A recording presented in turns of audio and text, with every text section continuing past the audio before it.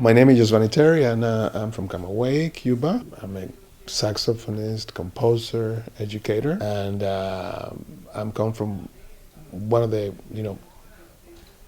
musical dynasty families of Cuba, like in the same way that we have here in the United States. The Jones family from Hank Jones, Elvin Jones, the Marsalis family, or we have the Whitfield family.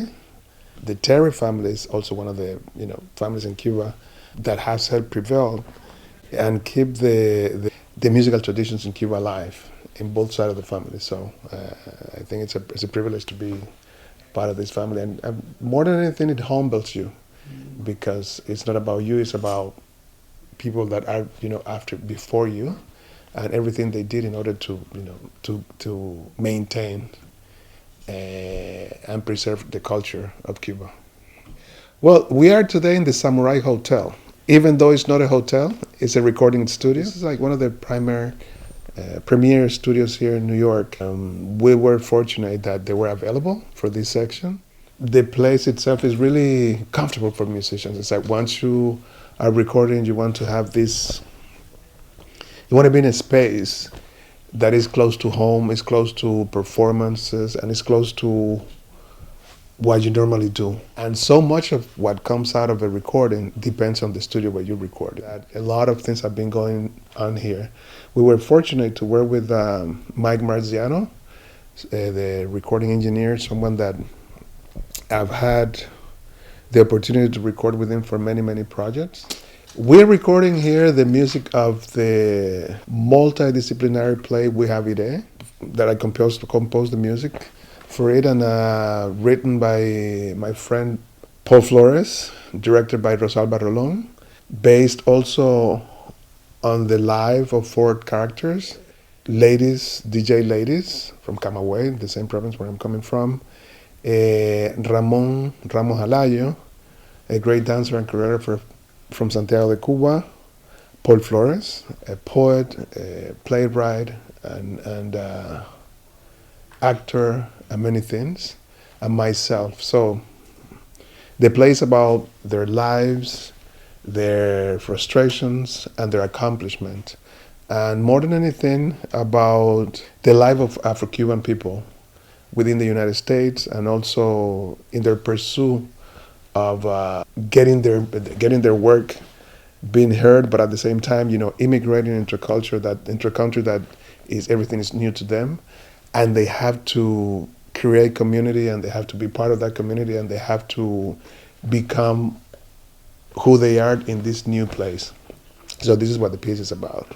The reason why we're recording a CD of the play is something really interesting, and it's like this is not something that is normally done, but we've been hit by the worst pandemic in the world, and this make us think differently and look for alternative. So since we could not perform during the year and a half of the pandemic, it was a great opportunity that came from the promoters and presenters to create an album that reflected the music of the CD.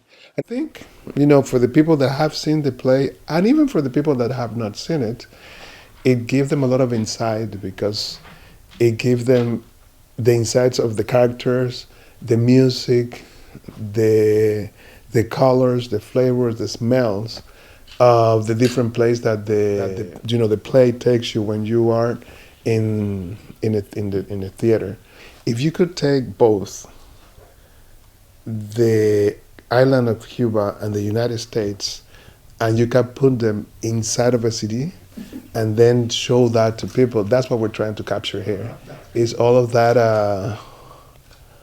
unmeasurable things that we don't normally set ourselves to capture and put in one album. Wow. I was fortunate to have two great days of recordings, and also, more importantly, to collaborate with some of the musicians, some of the most important musicians here in the New York scene and the world music scene.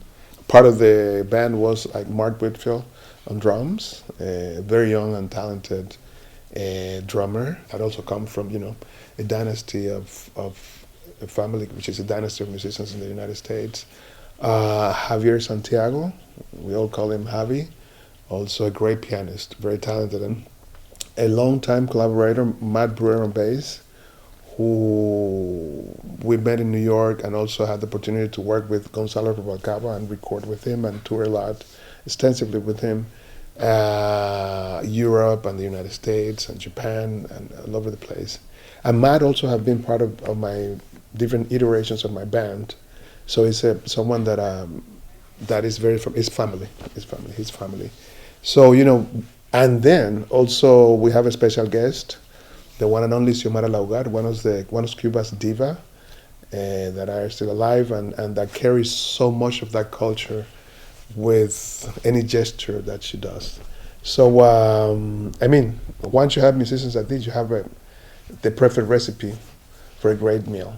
The professionalism is so high that they can come into the studio and create the warmth of a band that has been playing, touring together for the past 3 or 4 years.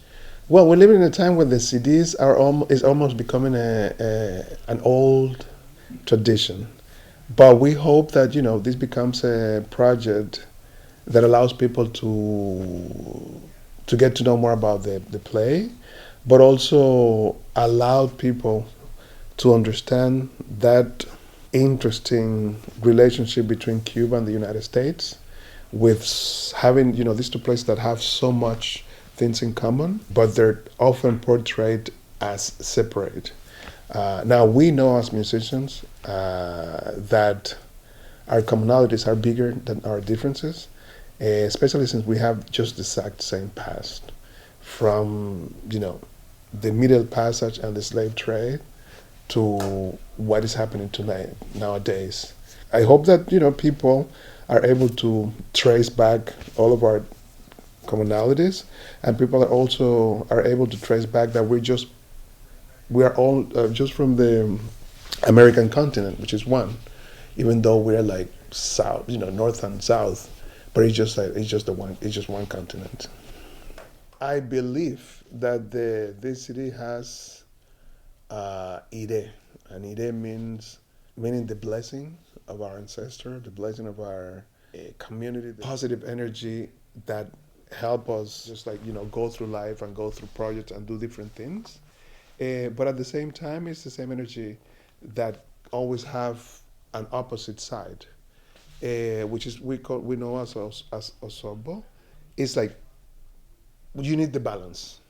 In order to have it, you need that balance. The album, like the life and the stories that are narrated in the play, are blessed with that idea. It's amazing. Putting